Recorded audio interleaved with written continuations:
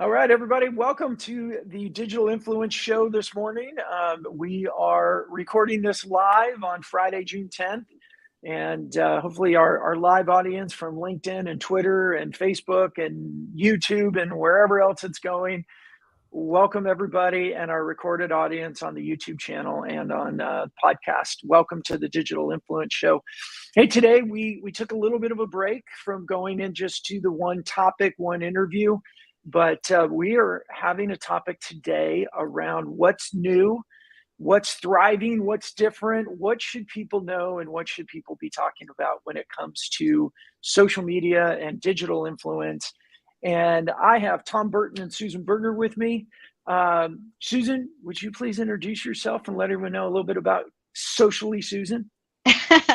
Hi, so I'm Susan Berger, and I help individuals and organizations establish and broaden their social presence and brand on LinkedIn. And I spent Excellent. 21 years at SAS. It's a advanced analytics technology company, and took early retirement so that I could focus on this full time. And your hashtag Socially Susan. Socially Susan Berger. That's me. That's it. There you go. And Tom Burton, you are with us as well. Tell us a little bit about you. Yeah, so I'm the co-founder and COO of a tech company called Lead Smart Technologies. I also recently wrote and released a new book in the space called The Revenue Zone. So my software company is, Ooh. Oh, wait, there you go. And as you know, as we know, or as you know, I'm a little bit newer to the social scene. So I'm learning and, kind of trying to share what I'm learning as I go along here and as I go from kind of nothing to something in the social world. And I don't have a nifty name like Social Susan. So I got to come up with something like that. And Socially Susan Berger there. We can help you with that. You need a personal hashtag. Yeah, I knew that's my next step. That's the next step I need to do on this journey. And let's come back to that, Susan. I think that would be a great topic for everybody as well. But Tom, you're a self-proclaimed neophyte in this. And you have written a book on the revenue zone, and no offense, but like me, you got gray in your beard, so you've been around for a little while, more than a few weeks. Yes.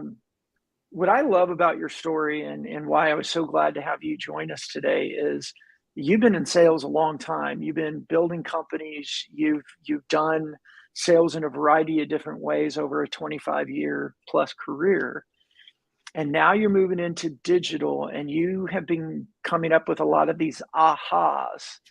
And I think those are so important for people to understand, because I believe there's still a lot of, oh yeah, I tried social selling, it didn't work. Or 6 years ago, we had a LinkedIn expert come in for a one-day event and it didn't do anything. Let's just go back to the basics. And so I would love for you to share a little bit of what have been your aha moments over the last, say, month or so. Yeah, and we talked on the podcast a month or so ago on this as well. So I won't revisit all of that stuff, but what I've learned recently, certainly, and I think we talked a little bit about this, last time. I've learned that this is definitely a journey. It's not an event. And I think a lot of people that call it a failure consider it an event, and that event for whatever reason doesn't work, or that it doesn't work. And it's definitely a journey.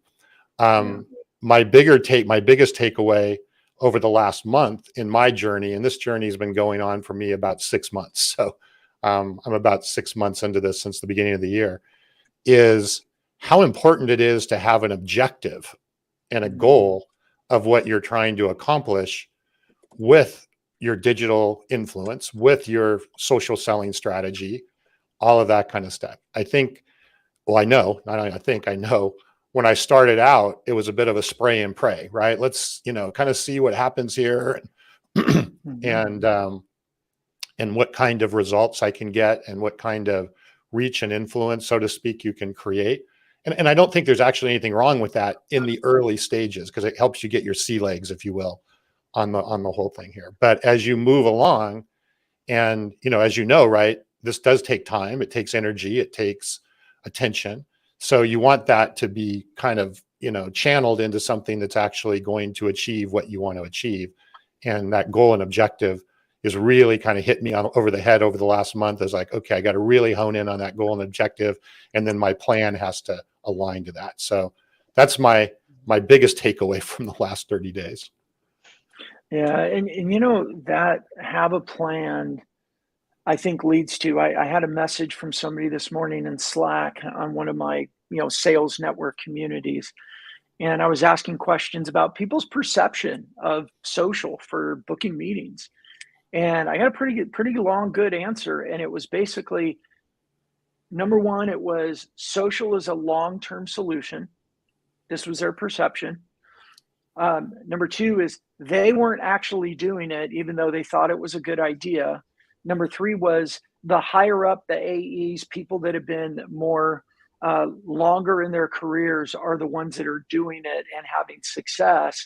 But younger generations see it as too long of a strategy to actually implement. And that's what I did. I'm all, it's really good to know that that's the perception. But what do you both think about that before I share my very strong opinion on that? What do you think about that? Is it a short term? Is it a long term? Is it both? Susan? Well, I think it is. I don't want to call it long term. It's ongoing, right? It has to be integrated into your selling or your influencing or your expert strategy, right? Mm-hmm. And the good thing about it is that you will see results almost immediately, right? It's not like you got to take a 12-week course and then you hope to see some results. If you start to post content and if you start to engage on people's posts and if you start to reach out to people with synergy and not trying to shove your selling or whatever you're trying to do down their throats, you're going to see benefits and results immediately, but it's not ongoing. It is part of the fabric of the role, whether you're in sales or an influencer or an expert. That's my feeling. Tom, what are your thoughts? No, I agree. It's a perpetual thing, right? It's not even a short term or a long term project. It's an ongoing project and I wish, in hindsight, I wish I would have started a lot earlier in my career, taking it seriously, right? As I said in the last time, I've had a LinkedIn account for years and I have a lot of followers, but they were or connections, but they were friends and family. They weren't really built to accomplish something from a business perspective. So, and going back to what you said about younger person, if I was talking to somebody coming out of college, I would say or even in college, right? Or one of the very first things you should work on is your social digital influence strategy for yourself. Even if you're going to just go get a job, right? It doesn't matter what you want to do. Go figure that out and build that. It's like, it's great to have a resume, but start working on your digital strategy, your digital influence piece and start building on that. I mean, gosh, think about that. If you come out of college at 20 or 21 or 22 and where you can be in 5, 6, 8 years by the time you're 30 in terms of where you're trying to accomplish on your career, it'd be like, wow, Well, and I have clients that are graduating from college, that have just graduated from college. And that's what we work on, starting and really building a robust profile, starting on good habits of commenting and posting and building their brand the right way from the beginning. And I present to several university classes each semester, and we talk right about that. Start early and just build it into your working habits and life, and you will be grateful and you will see results. Yeah, it's build it into the DNA of your career. Don't look at it as a project because it's not a project with it. Hey, I'm going to do this and then I'm going to stop it. It's just an ongoing piece of what you're doing. Yeah. And, I want to address what I like about this question is addressing and taking head on the misperception, in my opinion, that social is only a long-term strategy specifically for salespeople. Yes, it's about brand building. Yes, it's ongoing. Yes, it's something you should be doing your entire career, just like you should always be networking and growing your network. That's what we do, right? But from a very specific salespeople who are struggling with, oh, look at that. There's Rob. Hey, Rob, thanks for joining us. And I'm going to come back to that here in a second, Rob, but because I can't multitask. Yeah, Tom knows that. I called him John earlier today because I was multitasking.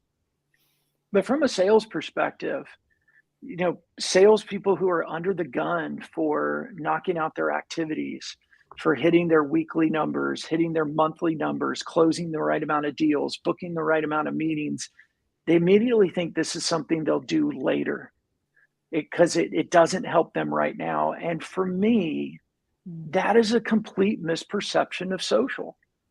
When you're using it targeting with a targeted prospect, when you're going and commenting with the people that you want to book meetings with, it moves you quicker from being this cold and unknown person who's trying to pound a door with calls and emails to get their attention to becoming familiar, recognized, maybe even known, and maybe even start moving into that known, like, and trusted realm because they see you and they hear you commenting, posting, and active in their digital network.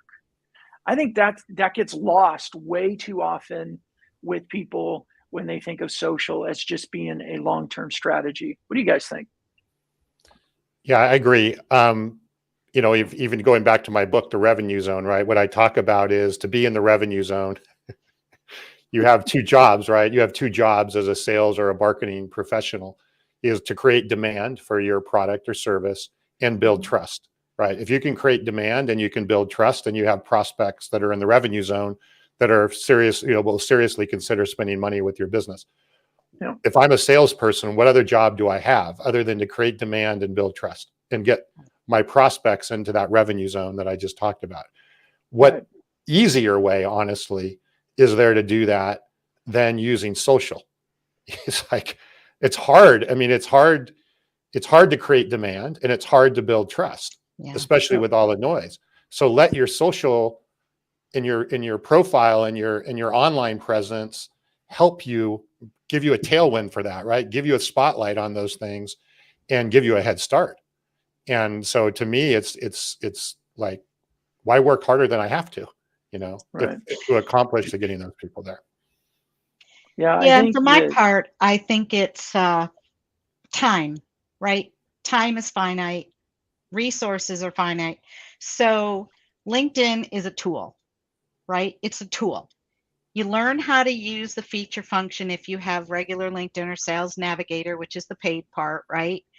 But it's not that simple. It's not just having a tool. It's really learning how to message people and post around your knowledge and your expertise in the problems that your target customers are facing, right? Because they don't have all the answers. That's why they're looking for you. So there are tools, but I think that in my history and with my clients, they get too dug in the tool. The tool is supposed to be the answer, and it's not the answer. Right. It helps you execute, but you still have to learn the strategies and the ways to execute. And that's where people get stuck. Yeah, and it's I like to bring back that analogy of the phone is a great tool. But once you dial it, if you don't say anything, or you say something wrong or stupid or talk too much or say the wrong things, that tool doesn't work. And the same with email cadences, right? The technology sends them out at the right time to the right people. But if your messaging is off, it's not working. But for some reason, when it comes to social, it's really easy for people to go, yeah, it doesn't work. It's like, no, your strategy, your methodology, the activities you did were not appropriate for the medium. And that's why it didn't work. Well, I just wrote a post on this yesterday about how a lot of corporations are using these platforms where they store assets and articles and everything, and then with a push of a button, their employees can post, right? Um, but they post, but they don't talk about why it resonated, their story about how it helps customers or whatever. It's just, and to them that says, oh, I post, but I fail. I don't get any Right. feedback or whatever. Posting doesn't work. Yeah. Tom, what do you think about that? Especially because you started off this conversation saying it's about having an objective, not just to spray and pray. Yeah, no, it can't be an automatic robotic thing, right? And that's where a lot of times we try and, right, hey, I'm an engineer too, right? I love technology. So we're always looking for things that are, how to automate and how to make things, that's sexy, right? And all these different things there. And certainly tools can obviously help, but you're right. It's in this game, it's how are you communicating? What are you communicating? And how are you using that to, as I said, create demand for whatever you're trying to create demand for, and build Right. trust with whoever you're trying to build trust with. And if you don't look at that, if you try and get too automatic and too robotic and too, well, I have this system and it automatically posted, people know that. It's like, it's like getting the robocall from your, where it's a robocall. It's the same concept. It's not going to really accomplish anything. Yeah. Rob's going at it again. I love today. that, Rob. Rob. Yeah. Well, I think that there are things that, the basics, right? Posting content that is really toward your target market and knowing what challenges are they really facing, right? What challenges are they really facing? One of the things that I've seen over the past couple months is, well, I don't need to focus on social as much because we're starting to do in-person events. We're starting to get back face to face. To me, that's dangerous because you have to continue with your social brand and your social presence. And like I said before, time is finite. Salespeople have a lot of administrative tasks they have to do. They have forecasting, they've got their CRM systems. And so social brand execution kind of gets pushed down the list of priorities. And why do we think that is? Yeah. So why does it get pushed down? I agree with you. Because I don't see corporate buy-in around real social execution that, of course, you and I feel should be there. Okay. And again, I'm going to push back. Why?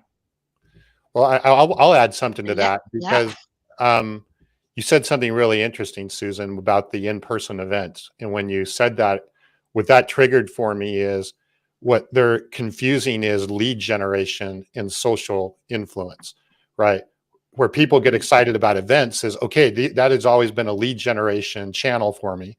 We get to go back to these events and get lead generation and potentially, build some sales that are there.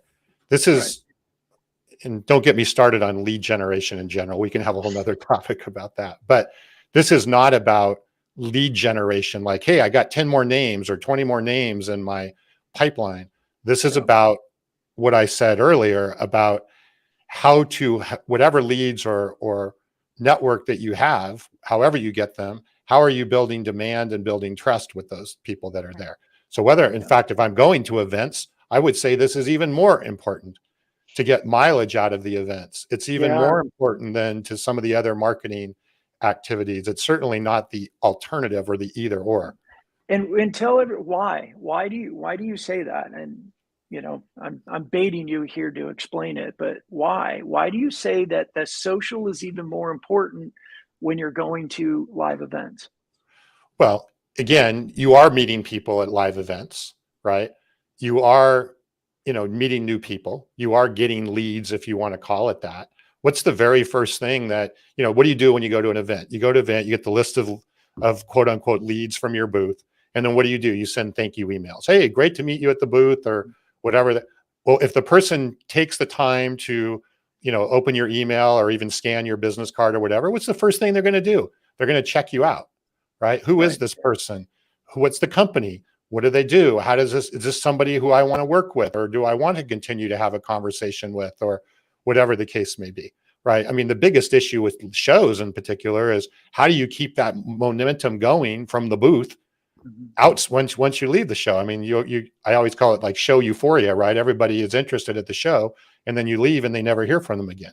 So how do you keep that momentum going is, to me, all part of this strategy. So yeah, that's why it's like, well, and one of the features of LinkedIn that people don't know is when you're at an event, you can actually turn on your like sonar so that you can see LinkedIn members right around you. You turn on your Bluetooth and you turn on that, and then you can ask to connect, or when you're talking to someone, that puts them in your network. Now they can start reading your content. Now they can start seeing what people are commenting on your post. They're in your brand feed, right?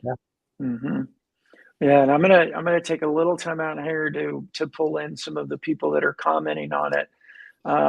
Rob, as usual, on here with us. Look how great our company is. Dude is a CEO person because no one cares, and that's still so much dominated. And sorry, I don't know who you are because you haven't given StreamYard permission, but LinkedIn user, preach it, Susan. Non-emphasis or money is spent on social strategies because people don't understand the value of it until it's too late. Can I make a point here, Brandon, that you and I have spoken about before? Yes. If you look at a MarTech stack at a company, it's as long as your arm. You look at a sales tech stack and you've got LinkedIn, you may have, you've got your CRM, but a lot of companies, they don't have anything else. And their enablement, their onboarding enablement, when I hate to say it, but at the company I was at, I was limited in onboarding to 30 minutes. How do you talk about social engagement in 30 minutes? Right. So I truly believe that the C-suite and other people in the sales organization, leadership that should be sponsoring this enablement and the tools that support it are not doing it. Yeah. And you know what, I want to shout out here to Tara joining us, and just re-emphasizing what Tom was saying. Where do people go if they meet us at an event? The first thing they do is they go look at you on LinkedIn. And I want to share this story because Travis, who has been a guest on my show, and he uses Funnel Amplified, but one of the things that he's doing that I love, and he's already experienced success, is that he has an event. It's his big annual event that's coming up in August. And he started in May with his list of prospects that he wanted to meet with. And he's using his social prospecting and his sharing content now in order to make sure that he gets FaceTime with the right people in August. Now, how is he doing it? He's using social to build his influence. He's using social to build his credibility, because those people that he wants to talk to, if Travis has been sharing content, engaging with posts that they engage with, they see him, they know him, they recognize him, and he's competing for their time versus the salesperson that's never talked to them before, and it's FaceTime, who's going to get that time, right? Travis, hands down. Huge catalyst, right, for that show. I mean, that show will be way 1,000 times more valuable to him than somebody who didn't go through that exercise. Yeah. Well, and I think one of the things that I really stress is two things. Don't try to boil the ocean, right? You should know who your best target customers are, right? You should also not try to slam asking for a meeting. I can't tell you how many connect requests I get, or the minute I say I'll connect with them, right away I get back this form content email or message that wants to schedule time with me, and they're done. They're done. Yeah. The wall has just gone up. So take the time to build the relationship. Like we've talked about, you don't go to a cocktail party and say, hey, I want to sell you this widget. What do? Who are you? You learn a little bit. It's the same thing. This is one of the things that baffles me. The whole, we don't have time for social media. Okay, time out. Your prospect has taken time to write an about section on their LinkedIn profile about who they are. They are freely giving you information that you can use to connect with them. They're telling you where they went to school. They're telling you certifications they have. There's so much information there. Social isn't, oh, social media.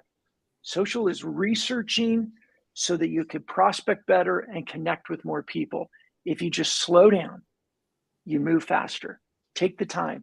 I want to go connect with somebody. The first thing I do is, what do I know about them? Like, let me phrase this, and then I'm going to stop talking for a little bit and hand it off to you guys.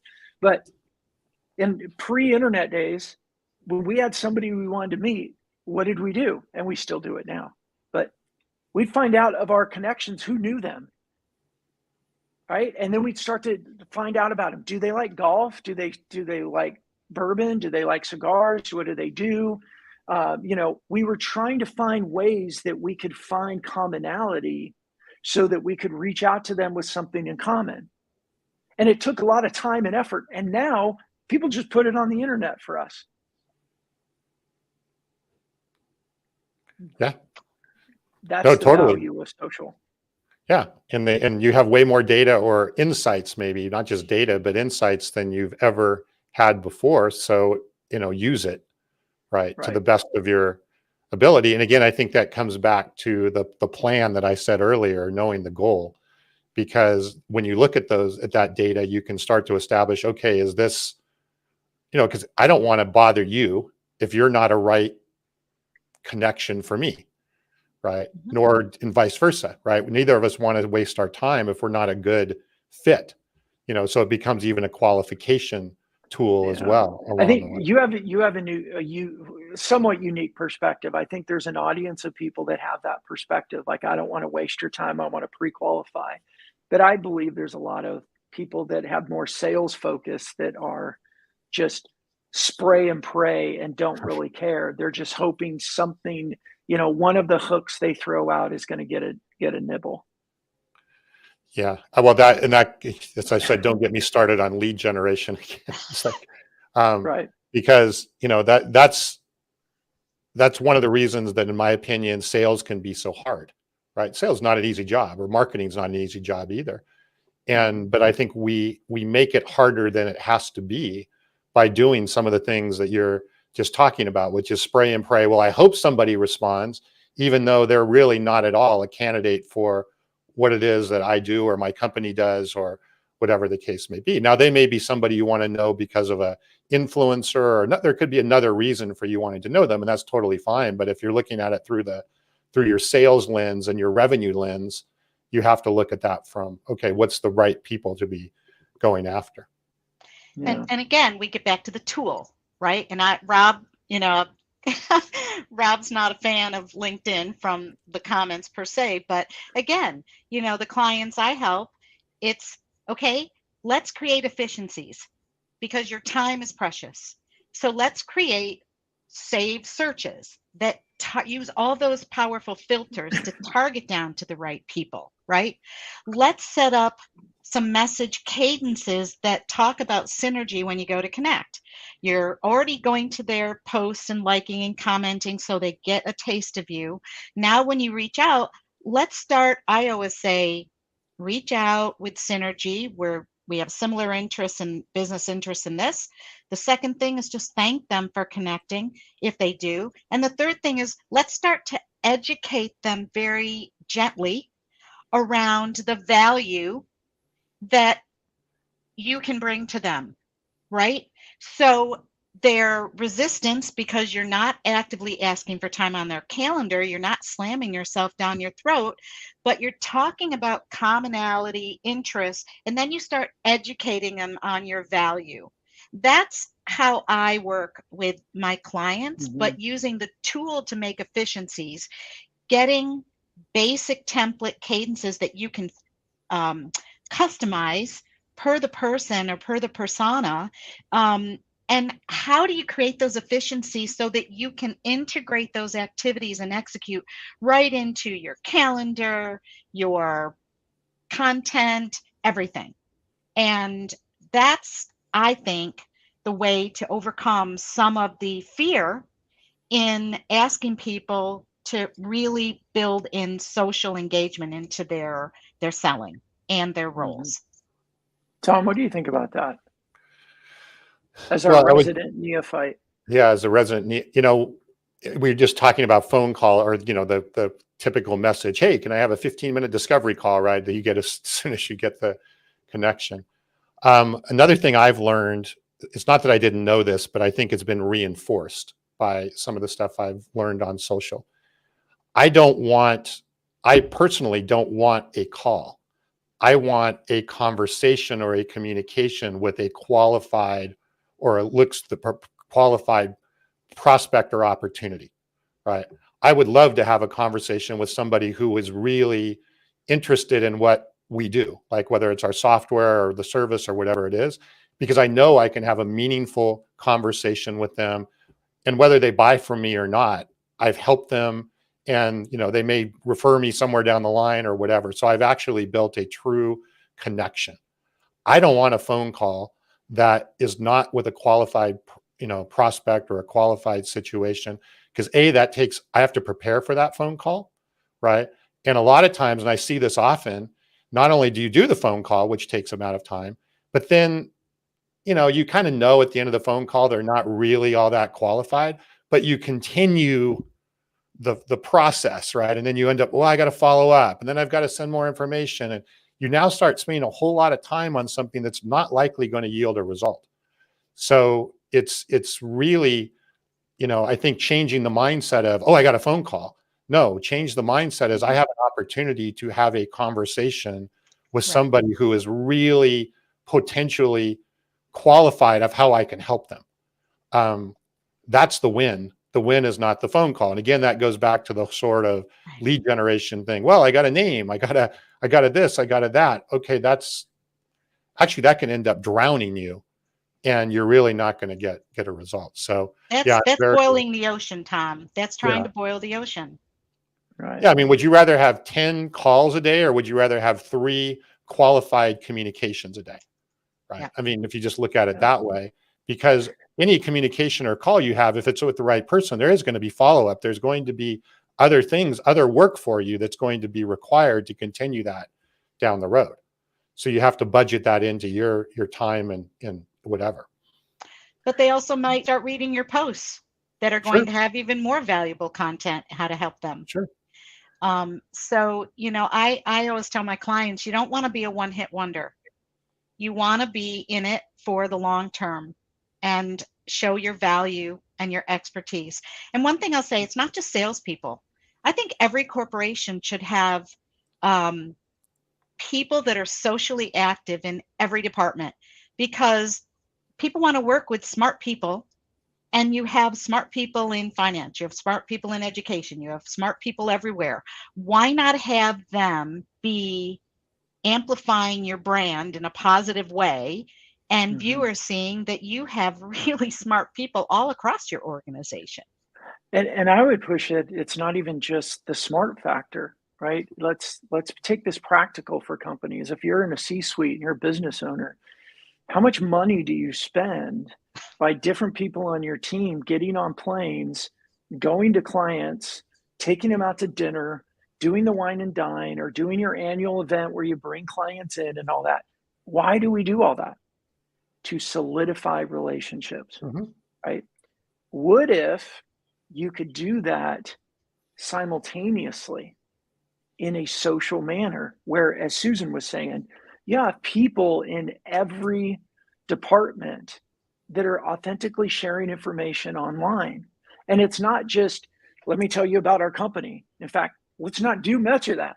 But it's, hey, this is what's going on. These are the charity events our company is working on. Or, hey, these are my thoughts. This is what I learned about working from home. That type of content is what people really engage with. But the bottom line, what it's doing is it's solidifying relationships. And we all need, for me as in sales, it was always about being known, liked, and trusted. And I think in the modern era, I call it the LTR now. You got to be liked, you got to be trusted, but you got to be remembered. And where the value, I think, of social is the same activities that help you over the long term are the exact same activities that help you with a targeted prospect today. Mm-hmm. Agreed. What do you guys think? And No, I'm going to do a little quick shout out to Tara. Tara, thank you for joining us Thanks, today, and jumping in and commenting and adding to the conversation. Yeah. Sorry, Brandon, what was your question again? Well, I just love for you. I'm sorry. I know. Really, what are your thoughts around that as the use case around social and some of the misperceptions of it? Yeah, well, to your point, right? The same thing. You're doing the same thing to get an immediate result as well as something down the road. And this is also something else I'm learning. I haven't totally experienced it yet, but I can see it happening. And I think there's a hockey stick sort of trajectory that can start to occur over time just by doing, like you said, if I'm doing the things day to day that may be bringing me good conversations and building my know, like, and trust, or my relevance, or remembering, and all the things that you've talked about, that may get me something right today. But if I keep doing that consistently, it starts to hockey stick over time, because that's the beauty of social. It's not linear, right? It's not just like, okay, I talked to you, and then which is, phone calls or whatever, or even email is kind of a linear function. I either go from here and I send 10,000, but I can do whatever on social. And now it starts to reach out to others. It starts to get other sort of that exponential side effect. And then it starts to really, really take off. I'm very interested to see that start to develop, and then, how you use that because, there's obviously, if you're a salesperson, there's only so many prospects and so many phone calls and so many clients that you can deal with on a daily basis. So how do you use that then to actually build an organization and build a team and all of that kind of stuff, which is a whole nother interesting area that I'm looking forward to seeing. But I do think there's that exponential hockey stick opportunity. Susan, will you respond to that? Because I think, and you had just said it, but I think it's worth repeating, is your system that you talk about, that you like to encourage people to, it also includes a cadence of direct message. Like yesterday, we talked about the one-to-many to the one-to-one to the one-to-one to one-to-many simultaneously. Will you share how that works? I think it really plays into what Tom was just saying. Sure. So salespeople that work at a company can't be experts in everything, right? So building these cadences, I advocate that they get with their product teams, they get with their SMEs, their subject matter experts, and they build out some templates that are okay because of mutual interest in sales, like mine, sales readiness, and using social to create relationships and opportunity. I'd like to be part of your network, right? And then the second one, if they do connect, and I'm pretty fortunate, a lot of people connect, I send them an audio message from my app saying, just thanks so much for being, connecting with me. I'm delighted to be part of your network. And then the next thing I do is a day or two later is just a little piece of content around, hey, I post around content around this social engagement and everything. If you're interested, go to my personal hashtag and you can see my posts and maybe get some tips and tricks. So I do believe in reaching out with synergy and creating these. The same thing with a product. If you're trying to approach and topic of a problem, use case or problem that they're trying to solve, whether it's fraud or whatever, don't try to jam it down their throat, but work with your industry experts and ever to write these templates, these cadences, as we call them, using the right words, the right approach, and then build that relationship as you go forward, utilizing content that is directly related to problems they are experiencing. And Yeah. too many times I have clients say to me, well, I have 5,000 connections. I'm like, so what? How often do you engage with each one of them? Oh, I don't do that. Well, download your connections list in an Excel spreadsheet, take a look at it, start to prioritize it, utilize it as a tool. Who Put them should in you be Funnel connecting Amplified. with on a regular basis, right? Or use Funnel Amplified. Right. So I'm sorry, I went off on a tangent there. I get but that's stuck in the good, weeds. because but I think what we keep saying, and I think it's really important for people to understand, is social media is, yes, it's a long-term strategy, but it's a now strategy too. You can use targeted activities that are going to help you in the long term. But when you focus them, you go engage with a specific prospect who's on your named list 3, 4, 5 times over the next 2 weeks before you send a connection request. And all of a sudden you're getting 200-300% more accepted connection requests. Well, that's a huge win. And it's not slowing you down. Yeah, you're just changing the chronological order of the activities that you're doing. And then you're adding in cadences of, like Susan, I said, add value, add value, add value, work with your product team, work with whatever. What type of content can we share with them that's going to help them? It's not asking for a meeting, but giving. Gary Vee's got that great book, Ask, or Jab, Jab, Jab, Jab, Jab, Right Hook, which is, and Dave Luark, one of our clients, always says, you can't go make withdraw money out of the bank unless you put enough deposits in. And it's the same thing with our customers. Tom, I want to start summarizing this up and landing this plane. Susan, before we go, I would love for you to talk a little bit about those audio notes. But Tom, I want to give you an opportunity to finish this up, hand to Susan, and be done. Well, it's like I said, it's been I'm excited on this journey, right? I'm excited to be continuing to learn on this journey.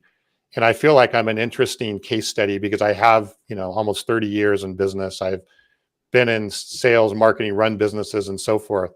So I've done a lot of the things that we're now doing socially, as we just talked about, offline, if you will, or less than social. But as a tech guy, and just really interested in all of the analytics and everything that goes with everything, it's been a fun process to continue to watch along the way. And I think the reason I even bring this up is if somebody's hesitant to do this because of all the work and I don't have time or whatever, is look at it as kind of almost like a fun thing. Like it's a game. It's like, it's something you can track and see the results and learn from. As Brandon, we were saying yesterday, it's kind of like golf, right? Some days, some days you go out and play golf and it's like, oh my God, it was the greatest day ever. And then the next day you go play and you're like, why do I did I just go backwards 3 years? And the same is true in this whole social journey and digital influence journey. But what I'm trying to do is embrace it, learn from it, and enjoy it. And I think if you do that and you take that mentality, it'll make it that much more fun and interesting as you go along. Yeah. Rob's joining us with that same analogy about it being like the banking system. You can't just make withdrawals. You got to make deposits. And I love my other book here I'm reading at the same time is, Chris Tuff, his book on Save Your Ass. And I love what he says is, don't be an asshole. Don't ask. Nobody likes an asshole. So shout out to Chris. Rob, thanks for joining us today and all your comments. Really appreciate it. Susan, can you do 2 things to wrap us up? One, share a little bit. You mentioned the audio note. Can you tell everybody what that is and explain a little bit more or elaborate on how you use it? And then summarize us and end us. How's that? Oh, I'll let you summarize us. But I think that to differentiate yourself in any way you can is important. And every time someone connects with me, I pull out my LinkedIn app on my phone, and you can just hit the little microphone and hold down the blue button and record a message. And I say, thank you very briefly. I'm delighted. Thank you for allowing me into your network, because they've made that decision. And then I say, have a great day. And they get my voice. They hear my intonation. They hear that I'm passionate about being a connection. I can't tell you how many people reply back, say, that's the first time I've ever gotten a voice message on LinkedIn. And it differentiates you. It proves that you're social savvy, and it humanizes you to the person, which I think is the biggest benefit, besides having a huge info-packed, robust profile. Yeah, absolutely. And I'll tag along with you on that and just say, the nice thing about the audio notes right now is they're still new. And as we know, every tool that LinkedIn comes out with eventually gets saturated. But right now, today, if you start using the audio notes, you're one of very, small percentage of people that are even using it, and you can really stand out just by using a new feature. Oh, and one last tip, if I can. Of course. Every one of you should create your own personal hashtag, because LinkedIn is known for timing out. You can put 4 or 5 things on your featured section, but when I post everything I post, I have my personal hashtag. People can click on it and go to a whole archive. They can just scroll and see my posts, see my tips, and it's there in one place. So again, I'm all about efficiencies, doing it once, using it numerous times. So create your own personal hashtag. You won't be sorry you did. Tom, you and I have got a task of creating our own. Yeah, I've got some work to do today. Yeah. I've used hashtag social prospecting as my personal hashtag because nobody else is using it, and I wanted to own that. And I can tell everybody, if you search hashtag social prospecting, every one of my posts is there. But I like what you do, Susan, because you bring your name into it. Yeah. Yeah, it's a personal, right? It's not like your business page hashtag, it's your personal hashtag. Yeah. So and stuff times out so quickly on LinkedIn. I have people saying, I was searching for that post you wrote on this. And I'm like, well, just go to my personal hashtag and scroll down, find it. Yeah. Or I even say, well, go to my content hub. Here's my link. And we've got sections there as well. So, well, everybody, thank you so much. Tom and Susan, thank you so much for sharing your insights, your wisdom, and your experiences, which I think is the thing that I want everybody to understand, is that we're all learning, we're all growing. And one of the biggest obstacles for everybody with social is just getting over that fear of putting yourself out there. And Tom, is it worth it putting yourself out there? So far, so good. Susan, is it worth it putting yourself I'm obsessed. out there? I'm obsessed with and it. How many, Susan, how many posts have you done where somebody has disagreed with you or said something, contrary? No. None Not at yet. all? Oh, see, Not I yet. have them. Not yet. Them, and I like it because it creates conversation. Right. And my point of it is, for everybody, is that I survived. I survived. Yeah. People didn't like my post, or a post didn't get as much engagement as I had hoped. I still survived. So if I can survive, verbally, I have to fight with some of my clients. I have to not fight, but I have to discuss strongly that, this is the course that I believe in, but not to my post, thank God, yet. Yeah, very cool. Well, everybody, again, whether you're on the podcast, you're at YouTube, wherever, this was episode 39, I believe, and cranking our way. Really excited to get to 50. So everybody, thank you so much for joining. Share the show with your friends, for anybody that can find value with it. Connect with us. Tom, where do people find you? Well, I don't have a hashtag, so I feel, a little naked here. So no, until I get my hashtag worked out, my LinkedIn profile is tburton5350. So Tom Burton, but there's a lot of Tom Burton. So it's tburton5350. My book, if you want to learn more about that, is therevenuezone.com. And my software company, leadsmarttech.com, which we have a pretty unique CRM that aligns with a lot of the things we just talked about today. So those are where you can find me. And the next time I'm on here, I am going to have a kick butt hashtag. That's going to be the first question we ask That's you. right. And That's right. That's right. Susan, of course, is hashtag socially Susan Yeah. Berger. Yep. You can find her there. So thank you so much, everybody. Thanks, Appreciate everybody. you. Have a And good weekend. a Bye. wonderful day.